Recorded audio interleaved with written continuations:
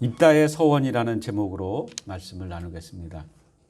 90일 성경 통독을 함께 대부분의 성도님들이 참여하시면서 이 구절을 지난 주간 동안에 지나오셨을 것입니다.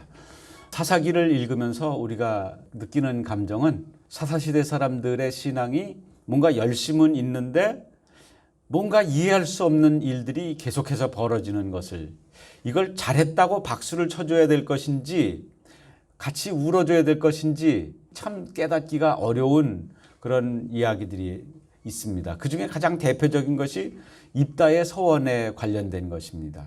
입다가 서원대로 딸을 번제로 드렸는데 그것이 잘한 일인가? 아무튼 서원했으니까 서원대로 해야지. 그런 것이 정답인가? 아니면은 서원했어도 그것을 물러서야 되는 것인가? 또 더 나아가서 하나님은 입다의 이 인신제사, 사람을 제물로 드리는 이 제사를 하나님이 받으셨을까? 자식 서원하더니 그대로 약속 이행하네. 못할 줄 알았는데 갸륵하다. 하나님이 그렇게 그 딸을 짐승처럼 잡아서 번제로 활활 태워드리는 것을 하나님이 기쁘게 받으셨을까? 받으셨다 그래도 이상하고 안 받으셨다 그래도 이상하고, 서원을 지켰다고 그래도 마음에 안 들고 안 지켰다 그래도 마음에 안 들고, 이건 진짜 그 딜레마라고 그러죠. 진퇴양난, 앞으로 나갈 수도 없고 뒤로 갈 수도 없는 이런 상황들이 사사기에서 자주 반복하여 나오는 것을 봅니다. 오늘 이 사건을 통해서 우리가 사사기를 읽을 때 왜 사사시대에 이런 어려운 일들이 일어났는가, 왜 열심은 있는데 그 열심이 참 우리 마음에 개운한 마음을 주지를 못하고 있나 하는 것을 한번 대표적인 사례로 찾아보려고 합니다. 입다는 11장에 처음 등장하는데 그는 요단 동편에 있는 길르앗 사람입니다. 그가 태어난 것은 불우하게도 홍길동처럼 서자로 태어났습니다. 더군다나 그의 어머니는 창기였다고 말씀하고 있어요. 그러니까 그의 아버지의 본부인의 자식들이 그를 배척했습니다. 일단은 그가 재산을 나누어 받지 못할 것이라고 말을 했고, 두 번째 그들이 생각하는 것은 너희 어머니는 우리 어머니와 다르다고 말을 했는데, 그 배척하는 마음 가운데는 기생이라고 하는 멸시하는 마음이 있었을 거예요. 기생의 아들로 태어나고 싶은 사람이 이 세상에 어디 있습니까? 그런데 그것만으로 그는 차별을 받고 어린 시절부터 참 불행한 나날들을 보냈을 것입니다. 그가 이제 어느 정도 나이가 먹었을 때 이제 어디로 가느냐면 돕이라고 하는 곳으로 쫓겨나서 거기에서 생활을 하게 되었습니다. 돕은 어디냐면은 시리아와 암몬의 국경 지역입니다. 이스라엘과 시리아와 그리고 암몬이 국경을 맞대고 있는 요단 동편 지역입니다. 그러니까 변방에서 생활하고 있는 거죠. 긍정적으로 보면은 상당히 국제적인 분위기 속에서 자라났다고 볼 수도 있지만, 이 나라에서도 적응하지 못하고 저 나라에서도 적응하지 못하는 그런 입장에 있는, 지리적으로도 그렇고 문화적으로도 상당히 혼합적이고 신앙적으로도 복잡한 지역에서 살고 있었던 것입니다. 더군다나 그에게 와서 어울리는 사람들이 어떤 사람들이냐면은 잡류들이 와서 어울렸다. 이 말은 좋은 표현이 아니라 그와 어울리는 사람들이 깡패들, 건달들, 이런 사람들이라는 의미로 사용되는 단어예요. 그러면은 이 사람들이 무슨 나쁜 짓을 하고 돌아다녔나, 사람들 돈 뺏고 때리고 그러고 살았나, 그런 내용은 구체적으로 나오지 않는 것입니다. 다만 당시의 기득권자들과 기생의 자식이라고 내쫓았던 그 기득권자들이 붙여준 이름이지 그런 나쁜 짓을 했다고 하는 증거는 나타나지 않고 있습니다. 사무엘상 22장 1절 말씀이 참고구절 첫 번째에 나오는데요. 다윗이 사울을 피하여 도망 다닐 때 그와 어울렸던 사람들에 대한 이야기입니다. 그러므로 다윗이 그곳을 떠나 아둘람 굴로 도망하매 환난당한 모든 자와 빚진 모든 자와 마음이 원통한 자가 다 그에게로 모였다고 그렇게 말씀하고 있어요. 그러니까 다윗이 사울에게 미움을 받아 쫓겨다녔지만 그 시대 가운데 사회에서 버림받은 아픔이 있는 사람들, 원통함이 있는 사람들, 빚을 지고 싶어서 빚을 지는 사람이 이 세상에 한 사람도 없을 거예요. 빚을 지는 사람들이 다 노름하다가 망한 사람들은 아닐 거예요. 빚을 진 사람들이 다 술 먹고 호랑방탕했던 사람들만 있는 건 아닐 거예요. 정말 한 푼도 안 쓰고 열심히 어떻게 사업을 하려고 그랬는데 코로나 시대가 돼가지고 아무것도 못하고 그냥 사업을 접게 된 사람들도 숱하게 많이 있을 거예요. 그러므로 빚을 지고 사회에 원통한 마음을 가지고 있는 사람들, 불이익을 당한 사람들, 이런 사람들이 다윗의 주변에 몰려들었죠. 그 사람들이 그것을 가지고 사회에 해가 되는 행동을 했다고 하는 것은 나오지 않아요. 그런 면에서 이 입다를 따라다녔던 이 잡류들도 아마 다윗을 따라다녔던 사람들과 대동소이한 사람들이었을 거예요. 다만 경제적으로 바닥에 떨어져 가지고 어려운 삶을 살고 있을 뿐이지 이 사람들이 사회에 어떤 악을 행하고 있는 것은 아니에요. 주류 사회의 그 도시에 들어가서 살지는 못하지만 일단 집세도 감당하지 못하니까 그냥 그 변방 지역에서 값싼 곳에서 그저 이쪽에서 버림받고 저 나라에서 받은 사람들이 함께 모여 사는 그런 촌락들이 구성되어 있었을 거예요.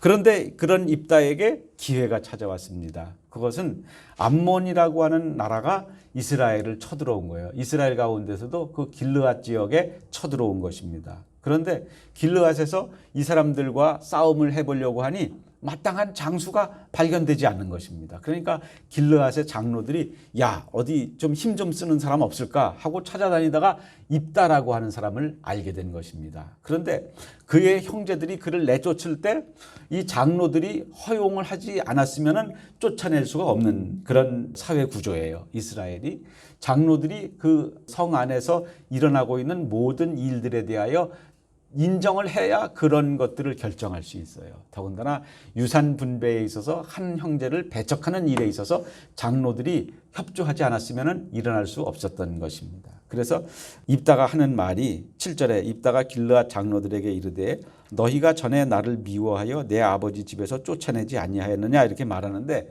장로들이 언제 쫓아냈어요? 그 형제들이 쫓아냈지.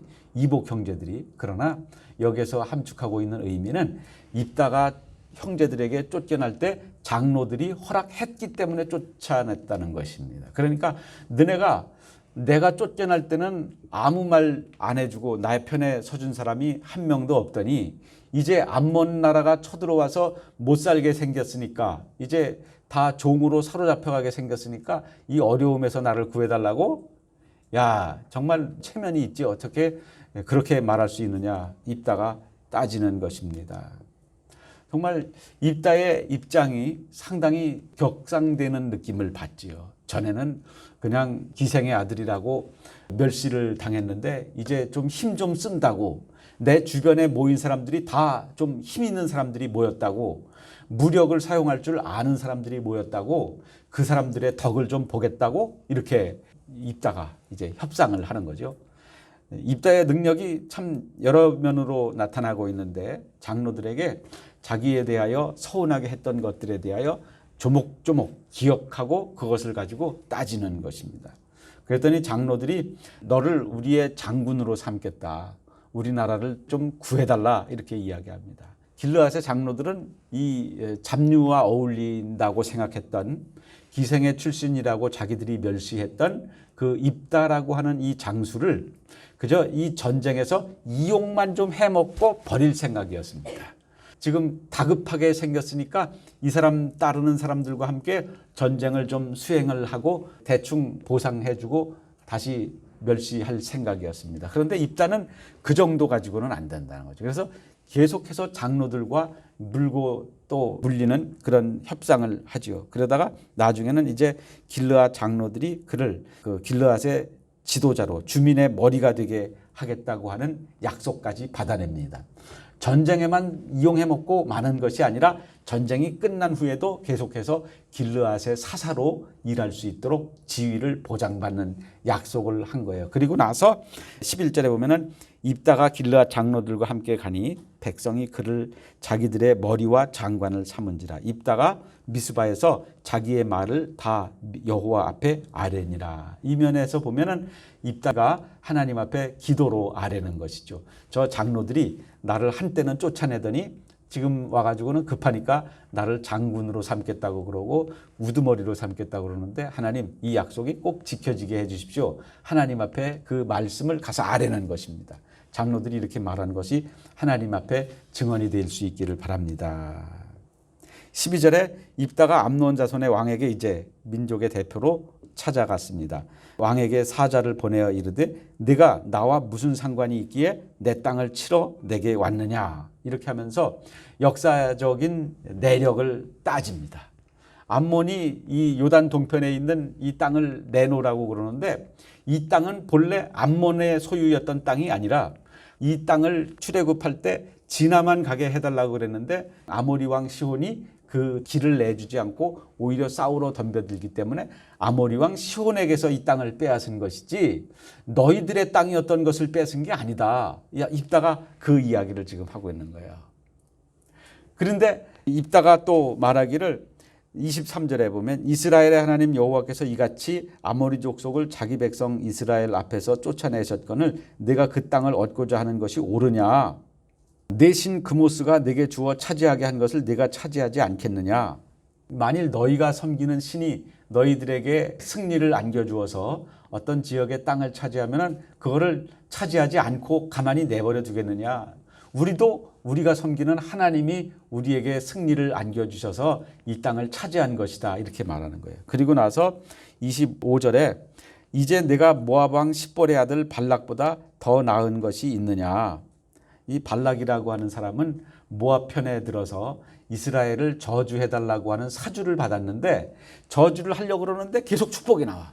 저주를 하려고 그러면 또 축복이 나오고 그래서 결국은 저주를 내리지 못하고 축복만 하고 돌아갔죠.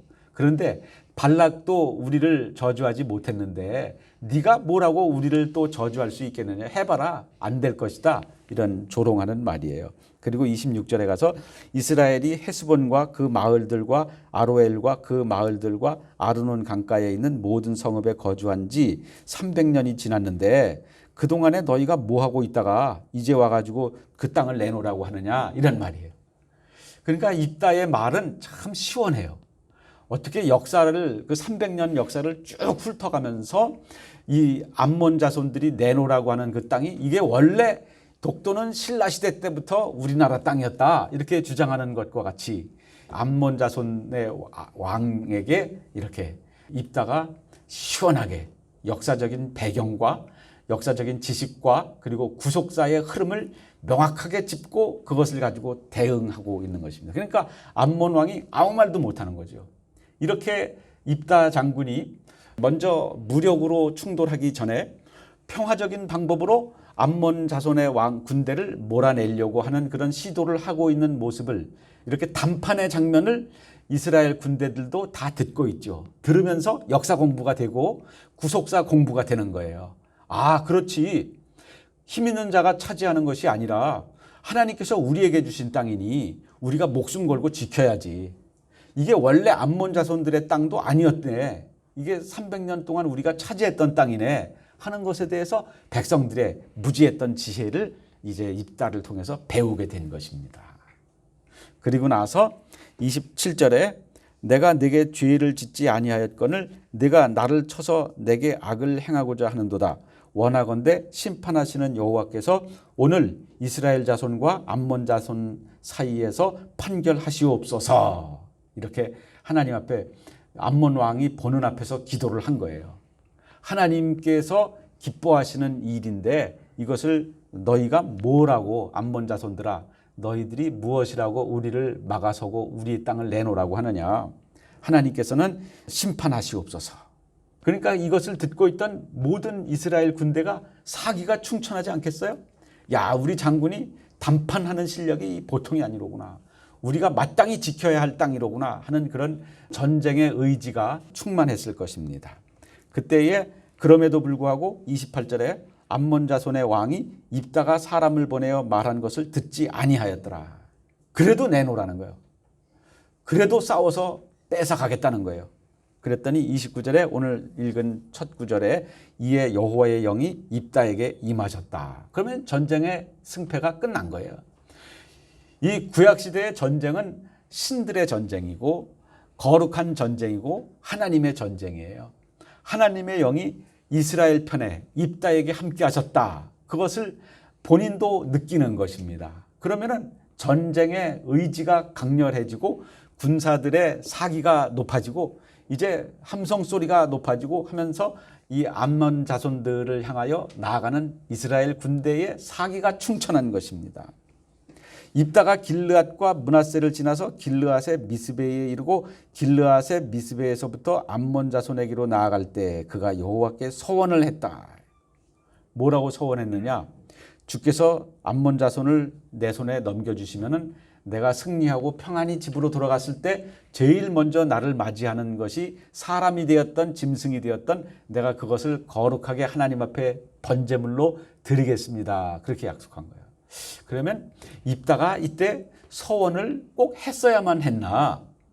서원이라고 하는 것은 도저히 이룰 수 없는 일을 하나님 앞에 소원을 아랠 때 하나님 앞에 정말 최후의 수단으로 혹시 사용할 수 있는 방법 중에 하나입니다. 서원 기도를 하기도 해요. 저도 살다 보니 서원 기도를 해본 적이 있는 것 같아요. 뭐라고 서원 기도했냐면은 하나님 내 작은 아들 고쳐주시면은 내가 내 인생을 주님께 다 바치겠습니다. 나는 거지가 돼도 좋습니다. 내 아들만 고쳐주십시오. 그런 마음을 가졌고 하나님이 내가 인생을 직장 그만두고 그냥 완전히 하나님께 내 인생을 드리면은 혹시 고쳐주실 것이다 라고 하는 기대 정도는 가졌던 것 같아요. 근데 감사하게도 하나님께서는 그 기도를 상당 부분 들어주신 것에 대하여 감사를 드립니다. 뭐 서원을 했다고 칠 수도 있고 안 했다고 칠 수도 있어요. 아무튼 이런 정도의 환경이 될 때에 우리 어떤 경우에 하나님 이 대학에 붙게만 해주시면 뭐 그렇게 그런 상황 속에서 서원을 할 수도 있고요. 뭐 이 병을 고쳐주시기만 하면은요.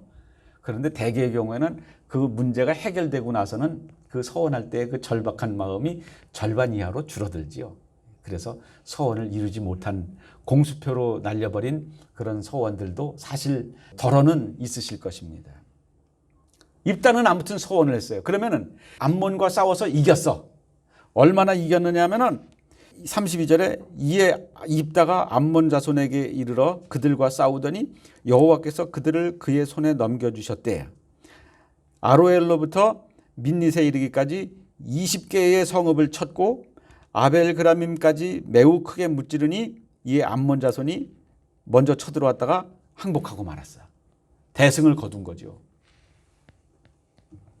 그러면은 입다가 서원했더니 역시 하나님이 서원 기도를 좋아하시는구나.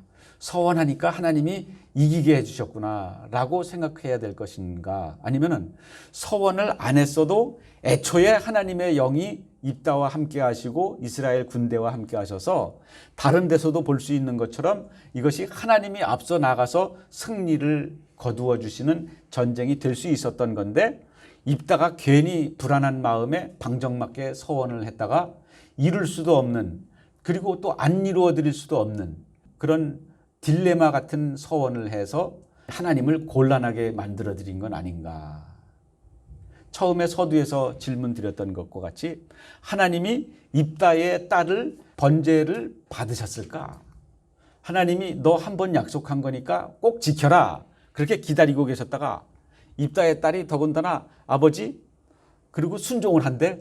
아버지 난 몰라요. 아버지가 서원한 것을 왜 내가 따라야 돼요? 그러면서 도망간 것이 아니고 아버지가 서원하셨으니 단 2달만 나에게 시간을 주시면은 내가 내 처녀 친구들과 산에 가서 내가 처녀로 죽게 된 것을 애곡하다가 내려와서 번제물이 되겠습니다. 이렇게 말하는 거예요. 이 장면을 읽으면서 입다는 한번 하나님 앞에 한다고 한 것을 반드시 이루어 드리는 순종의 사람이었습니다. 이런 설교도 제가 어렸을 때 들어본 것 같아요. 근데 설교 들으면서 저는 갸우뚱했던 기억이 있어요.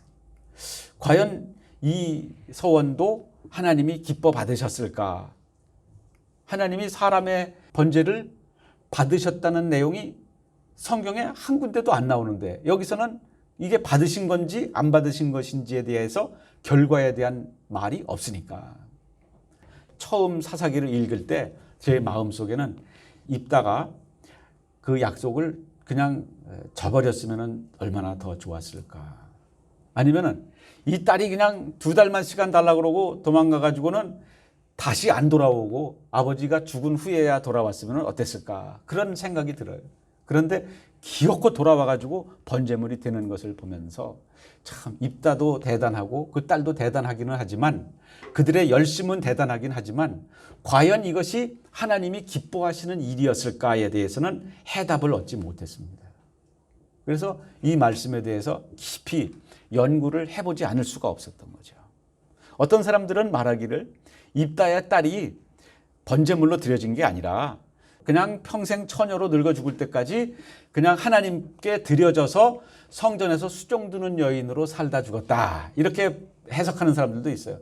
그거는 억지 해석인 것이 번제물로 드리겠다고 약속했잖아. 31절에. 그러잖아요. 번제물로 드리겠다고 약속했잖아. 입다가. 그리고 그것에 대하여 39절에 2달 만에 그의 아버지에게로 돌아온지라 그는 자기가 서원한 대로 딸에게 행하니 그랬잖아.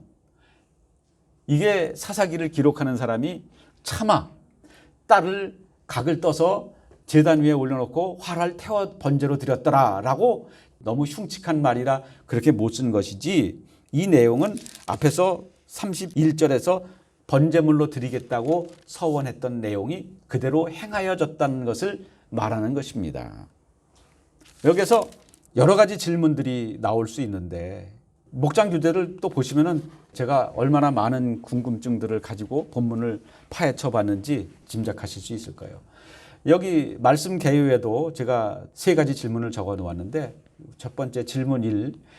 입다의 서원 때문에 승리한 것일까? 서원 안 했으면 하나님이 암몬에게 패하게 하셨을까? 그 질문이에요. 하나님의 영이 함께 하시면 이미 전쟁은 하나님께 속한 것으로서 이 전쟁은 하나님이 기뻐하시는 전쟁이고 하나님이 출애굽할 때부터 이스라엘에게 주셨던 땅이고 그 땅을 소유하는 것도 하나님의 뜻이다 이거지. 그 땅을 지켜내는 것도 하나님이 함께 해주실 것이라고 하는 것에 대한 우리는 암시를 이미 받고 있어요. 두 번째 그 입다의 딸의 순종 그 밑에 보면은 질문 1, 2가 또 나오는데 입다의 서원을 이행한 것은 칭찬받을 일이었겠느냐 이거죠. 그리고 이 서원한 것은 반드시 갚아야 하는 것이냐 이거죠. 구약에서는 물론 서원한 것은 손해가 날지라도 반드시 갚으라고 시편 15편 4절 같은 경우에는 말씀하고 있습니다. 그러면은 입다의 이 말도 안 되는 서원도 갚아야 되는 것인가 하는 것에 대한 해답은 아직 우리가 더 찾아봐야 합니다. 사사기에 대하여 우리가 그 내용을 요약하는 구절이 이것이라고 알고 있듯이 그때에 이스라엘의 왕이 없으므로 사람이 각기 자기의 소견에 옳은 대로 행하였더라. 이 말씀이 사사기에 2군데 기록되어 있는데 17장 6절과 21장 25절에 기록되어 있어요. 더군다나 21장 25절은 사사기 마지막 장의 마지막 절이에요. 사사기의 결론이 이거예요. 사사시대에 여호수아가 죽고 나서 400년 동안 이스라엘 백성들이 아무튼 엎치락뒤치락 그 가나안 땅에서 살기는 살았는데 대단한 사사들이 나타나서 나라를 구하기도 하고 하나님 앞에 돌아가 회개하기도 하고 이런 일들이 있었는데 그냥 요약하자면 사사시대의 신앙생활은 말씀을 따라간 것이 아니고 각기 자기의 소견에 옳은 대로 한 거야. 그러니까 사람들이 싸워도 싸움이 해결이 안 나는 게 자기 양심에 옳다는 거예요. 이 사람도 양심에 옳다는 거예요. 그러니까 다 자기 양심대로 사는 거예요. 그런데 문제는 뭐냐면 그 양심이 다 찌그러진 양심이거든. 그러니까 찌그러진 양심이 마치 거울 옛날 그 스테인리스 같은 거 이렇게 찌그러진 데다가 얼굴 비춰보면 일그러진 얼굴의 모습이 나오는 것과 같이 이게 정상이라는 거예요. 이게. 자기 일그러진 양심을 가지고 이 사람은 또 자기 나름대로 일그러진 양심을 가지고 보니까 또 상대방이 안 맞는다는 거지요. 그러다 보니까 이 각기 소견에 옳은 대로 행한다고 하는 것이 어떻게 보면은 야 그래도 사람들이 소신 있게들 살았다는 얘기네. 양심대로 살았다는 얘기네. 이렇게 착각할 수도 있으나 잣대가 다 달라. 다 잣대가 달라. 여기도 1m라고 그러고 여기도 1m라 그러는데 여기는 90cm밖에 안 되고 여기는 150cm나 되고 막 이게 도량형이 통일이 안 되면 혼란이 일어나는 것과 같이 각기 소견에 옳은 대로 행한다는 것이 사사기의 결론이라고 말씀하고 있는 것이 사사기에서 우리가 갸우뚱하며 읽었던 수많은 이야기들의 이유예요. 원인이에요. 그런 원인들로 인해서 나타난 사사기에서 왜 이런 비극들이 많이 일어나나, 우리가 이해할 수 없는 일들이 왜 이렇게 많이 일어나나 하는 것들에 대해서 제가 나름대로 정리를 해본 거예요. 그래서 에브라임 지파의 교만과 비극이 12장에 나오는데요. 우리가 읽은 본문 바로 다음 절이에요. 우리가 11장 40절까지 읽었잖아요. 이스라엘 딸들이 해마다 가서 길르앗 사람 입다의 딸을 위하여 나흘씩 애곡하더라. 이제 입다의 집에 장례식 다 끝났어요. 장례식 끝났는데 어떤 사람들이 왔냐 하면은 12장 1절에 에브라임 사람들이 모여 북쪽에 가서 입다에게 이르되 네가 암몬 자손과 싸우러 건너갈 때에 어찌하여 우리를 불러 너와 함께 가게 하지 아니하였느냐. 우리가 반드시 너와 네 집을 불사르리라.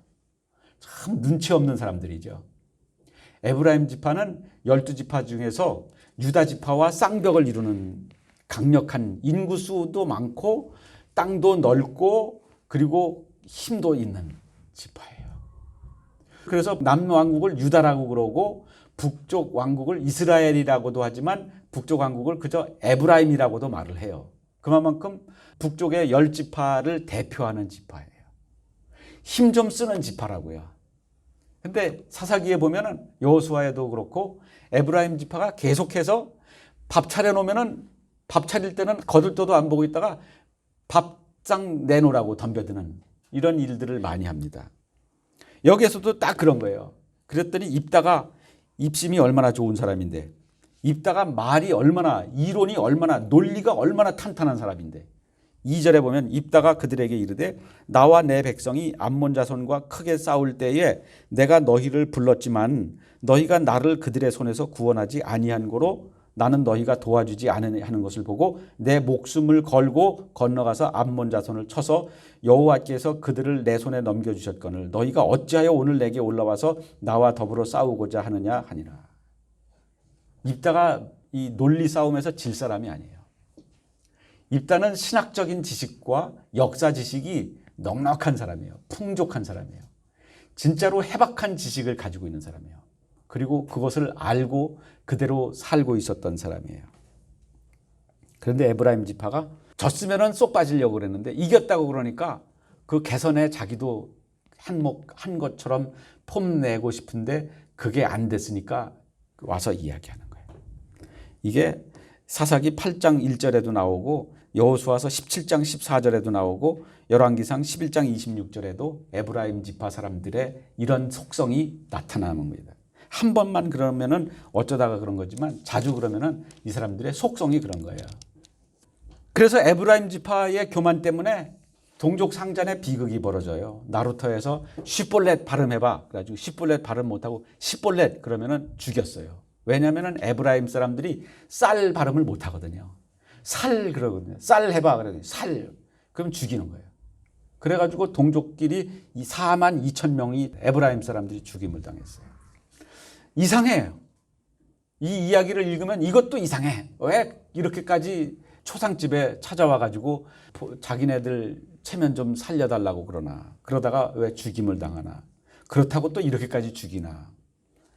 나중에 나시린으로 들여졌던 삼손이 방탕한 모습을 보면서 개운치 않아. 왜 삼손이 이랬나. 그 다음에 나중에 미가의 집에 레위인 제사장을 들여놓고 나서 내가 레위인 제사장을 두었으니 하나님이 나에게 복을 주실 것이다. 이런 생각을 이야기하는 것이 17장 13절에 나와요. 이걸 보면서 야 정말 이 어두운 시절에 정통 레위인을 데려다가 제사장으로 삼아서 가정 안에서 제사를 드리고 그랬으니 이 미가라는 사람이 얼마나 믿음이 좋은가라고 생각하면 정신 나간 거죠.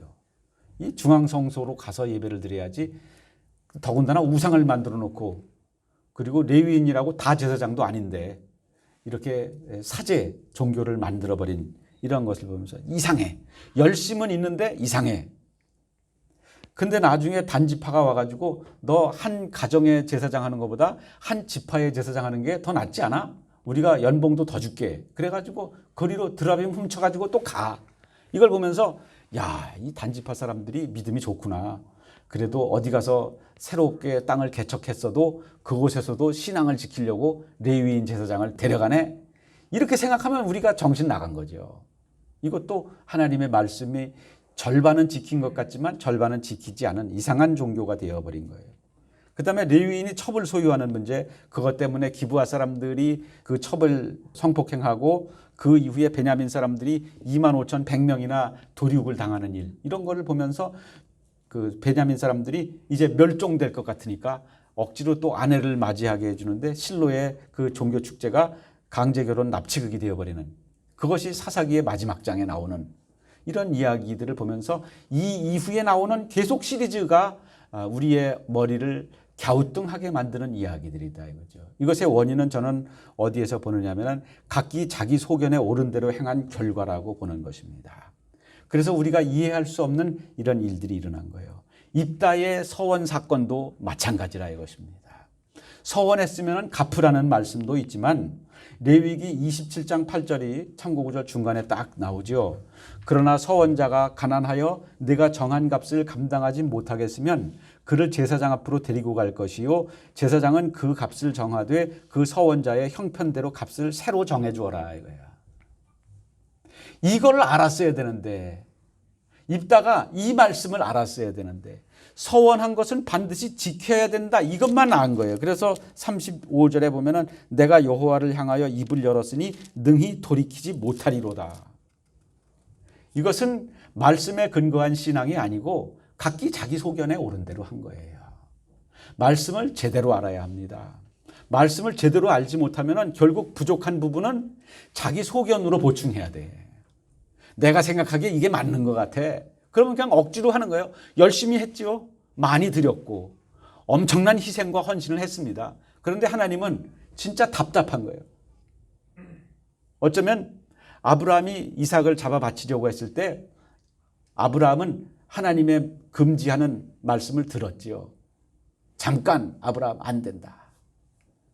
내가 네 믿음을 확인했다. 내가 여호와 일에 순양을 준비해 놓았다. 아마 입다가 그 딸을 2달 만에 산에 가서 울고 2달 만에 돌아온 그 딸을 맞이하면서 어쩌면은 오지 말지 그런 생각을 했을지도 몰라. 그런데 아무튼 기어코 왔어. 그러니까 2달 만에 이제 그 고통의 밤낮을 보내다가 그 딸을 양잡듯이 잡을 때 그 칼을 들었을 때 아마 아브라함 이야기를 생각하지 않았을까. 이렇게 보면서 혹시 하나님이 이 손을 잡지 않으실까. 저는 하나님이 잡으셨을 거라고 생각들어요. 그런데 못 느꼈지. 아브라함은 영적으로 하나님과 긴밀하게 교통하는 사람이었기 때문에 하나님의 그 음성을 들었고, 입다는 하나님이 말리는데도 못 들었을 것 같아. 그러니까 무슨 음성이 들려? 각기 자기 소견에 옳은 음성이 들리는 거지. 입다는 아마 그 어머니가 기생이라 그랬는데 이스라엘 사람 중에 기생이 있었을 것 같지는 않아요. 요단 동편의 므낫세 사람으로서 변방 지역에 살고 있었기 때문에 변방의 문화가, 가나안 사람들의 문화가 상당히 입다의 그 삶의 주변에, 더군다나 그가 돕당이라고 하는 곳에 가서 잡류들과 살았는데 그곳에서 이방 종교를 좀 더 친밀하게 접하면서 살았을 것이 분명하고, 그리고 그 어머니가 이방인이었을 가능성도 상당히 있기 때문에 그런 인신제사가 가나안 사람들에게 당연시되고 있었던 것이 아마 입다의 그 신앙의 바탕에 조금은 영향을 미친 것 같아요. 신명기 8장 9절 말씀이 참고 구절 밑에서 두 번째 있는데, 내 하나님 여호와께서 내게 주시는 땅에 들어가거든 너는 그 민족들의 가증한 행위를 본받지 말 것이니 그의 아들이나 딸을 불 가운데로 지나가게 하는 자나. 이것을 금하라고 한 것입니다. 하나님은 인신제사를 받지 않으셔요. 입다는 그걸 몰랐던 거예요. 이스라엘의 역사와 구속사에 대해서는 해박하게 알고 있었는데 율법에 대해서는 해박하게 공부를 하지 않은 거예요.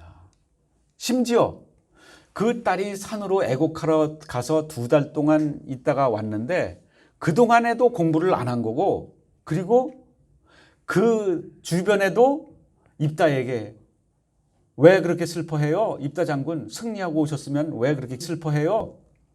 내가 하나님 앞에 서원을 했는데 딸을 제물로 바치기로 해서. 아이고 그거 고민하셨구나. 레위기 27장 8절을 보세요. 갚을 수 없는 서원은 제사장에게 가가지고 갚을 수 있는 걸로 바꿔 받을 수 있어요. 이런 거 얘기해 주는 사람이 없었던 거야. 여러분 주변에는 하나님의 말씀으로 조언해 줄 수 있는 사람들이 있습니까? 여러분들은 소견을 따라가는 사람입니까? 말씀을 따라가는 사람입니까? 여러분들이 생각하는 상식으로 신앙생활 하십니까? 나는 원래 한번 뱉은 말은 다시 거두어들이지 않는 사람이야. 한번 한다 그러면 하는 사람이야. 입단은 그런 사람이에요. 31절에 내가 이미 말을 했으니 이걸 내가 어떻게 거두겠느냐라고 말하고 있는 거예요. 그 딸을 향해서 너는 나를 근심하게 하는 사람이고 나를 비통하게 하고 나를 참담하게 하고 나를 괴롭게 한다고. 누가 누구를 참담하게 만들어요? 딸이 참담해요? 아버지가 참담해요? 기가 막힌 건 딸이지요. 기가 막힌 거는 우리들이라고. 독자들이 기가 막히다고 지금. 아버지도 답답하고 딸도 답답해. 말씀을 제대로 알고서 신앙생활을 해야지. 말씀도 알지도 못하면서 나는 하나님 앞에 다 드렸습니다. 다 드렸는데 왜 안 해주시는 거예요? 뭘? 하나님이 기뻐하시는 것을 구해야지. 하나님이 받지도 않은 인신제사를 드리겠다 그러는데 하나님이 정신이 나가서 사람 고기 타는 거 냄새 맡으시면서 향기로운 제물이로다. 바친다더니 진짜 바치네. 이런 믿음이 정말 찾아볼 수 없는 믿음이로다. 하나님이 한 입으로 두 말씀하시는 하나님이 아니라고요. 사사기를 읽으면서 답답한 마음을 느끼셨기를 바랍니다. 아니 이 사람들이 왜 이렇게 삼손의 열심이 얼마나 열심히 해요. 그 레위인이 얼마나 자기 첩을 사랑해요. 까진 거 첩 도망갔으니까 그만이지 까짓 거. 그런데 가서 그거를 겨우 그 첩장인에게 가서 그 첩을 데려오려고 그러는 걸 보면서 야 정말 로맨틱하다. 남자가 그래도 이 정도는 돼야지. 첩이라도 이렇게 데리러 와야지. 애초에 첩을 두질 말았어야지. 이상한 이야기, 이상한 시리즈. 이 시리즈의 이야기들을 이해하고 있는 그 만능 열쇠는 뭐냐면은 각기 자기 소견에 옳은 대로 행했기 때문에 그렇다. 하나님의 말씀대로 살지 않았기 때문에 그렇다. 하나님의 말씀을 알지 못해서 그렇다. 그것도 주변에도 그것에 대하여 하나님의 말씀에 대하여 상담해 주는 사람이 한 명도 없었더라. 그 딸의 친구들 중에도 없었고 아버지의 친구들 중에도 없었고 심지어 그 교회 안에도 없었고 그러면 한 교회가 다 같이 망하는 길로 갈 수도 있는 거예요. 말도 안 되는 짓을 한다. 그럼 말씀으로 다스려야지요. 말씀으로도 안 다스려지면 그것에 상응하는 벌칙이 주어져야지요. 그러지 않으면 다 같이 사사시대로 몰려 들어가는 것입니다. 각기 제 옳은 대로 하다가 오늘날에 이런 종교가 되어버리지 않았나. 국회의원들이 이 세상에 있는 어떤 직업군보다 기독교인 비율이 높은 집단이에요. 기독교인 집단 비율이 일반 시민들, 국민들 사이에는 10%나 될까 그러는데 국회의원들 중에는 적어도 30% 이상 됩니다. 그런데 이상한 법을 만들어내잖아요. 입법기관으로서 이상한 법을 만들어내잖아요. 하나님의 말씀에 위배되는 법들을 만들어내잖아요. 하나님의 말씀이 두려운 게 아니고 그 사람들은 자기네 정치 집단의 이익에 맞는 것을 자기네들이 어떻게 하면 표가 득이 되나 하는 쪽으로 법을 만들고 있잖아요. 그걸 보면서 우리는 답답함을 느낍니다. 그 한 시대의 그 수레바퀴 속에 들어가서 우리가 같이 굴러갈 수밖에 없는 그런 법을 만들면은 우리는 또 그걸 따라가야 되니까 그 법 속에서 살면서 신음하면서 고통받으면서 살기가 얼마나 힘들어요. 성도 여러분, 소견 따라가지 마시고 달리 말해서 양심 따라가지 마시고 여러분 양심 믿을 만한 것이 못 돼요. 저의 양심도 그렇고 여러분들의 양심도 그렇고 믿을 만한 것이 못 됩니다. 자기 양심 따라가지 마시고 자기 소견 따라가지 마시고 읽으세요. 말씀을 공부하세요. 그리고 이해가 안 되는 거 있으면 물으세요. 그래서 해답을 얻고 가세요. 그러지 않으면 열심히 했는데 주님이 참고 5절 마지막에 마태복음 7장 21절 나더러 주여 주여 하는 자마다 다 천국에 들어갈 것이 아니요 다만 하늘에 계신 내 아버지의 뜻대로 행하는 자라야 들어가리라. 그 뒤에 어떤 말씀이 나오냐면은 주의 이름으로 내가 귀신도 쫓아냈습니다. 주의 이름으로 능력도 행했습니다. 그런데 주님은 근데 나는 너희를 모른다? 주님이 말씀하신대. 얼마나 비참한 결과예요. 차라리 열심히 안 하고 놀다가 망하면은야 억울한 것도 없지. 그런데 열심히 했는데 주님이 인정을 안 해줘. 포인트가 하나도 안 올라갔어. 그러면은 얼마나 더 가슴을 치는 탄식이 나오겠어요. 똑바로 할 걸. 내가 그때 말씀을 제대로 공부할 걸. 그때 설교 시간에 졸지 않고 좀 받아 적을 걸. 그런 생각을 나중에 후회하지 마시고 지금 기회 있을 때 성경 통독 끝까지 완주하세요. 말씀을 알고 믿음을 가져야 합니다. 우리 기독교의 가장 강점이 뭐냐면은 탄탄한 교리가 있다는 것입니다. 탄탄한 진리의 말씀이 있다고 하는 것입니다. 그저 열심히 하는 신앙생활이 아니고 하나님께서 그렇다 하시고 아니라 하신 명확한 기준이 있다고 하는 것입니다. 그래서 말씀을 모르면은 자기 소견대로 살게 됩니다. 기준이 없으면 열심히 할수록 오히려 문제를 일으킵니다. 열심히 안 했으면 문제도 적은데 문제를 일으키는 쪽으로 열심히 한 거예요. 우리 안에 있는 변종 기독교, 이상한 성공 스토리, 그게 다 하나님이 보기래. 도둑질 해놓고 나서 하나님이 축복해 주셨대. 뭐 하나님이 강도인가? 하나님께서 정말 입다의 서원을 들으시면서 답답하셨을 거예요. 결국에 가서 그 서원한 대로 그 딸을 번제로 드릴 때 하나님은 통곡을 하셨을 거예요. 네가 왜 말씀을 공부를 안 하고서 이렇게 망하는 길을 가느냐. 왜 비극의 주인공이 스스로 되고 있느냐 하는 것입니다. 여러분 스스로 비극의 주인공 되지 마시고 말씀 따라 가시기를 간절히 바랍니다. 하나님 감사합니다. 오늘 우리 가운데 이 시대 가운데 변종 기독교가 팽배합니다. 사람들이 몰리는 곳과 몰리지 않는 곳이 지극히 비정상적입니다. 하나님 이 모든 일들 가운데 주님 저희들이 소견을 따라가지 말게 하시고 사람들의 평가를 따라가지 말게 하시고 하나님 말씀 따라가게 하여 주시옵소서. 감사드리며 예수님의 이름으로 기도드립니다.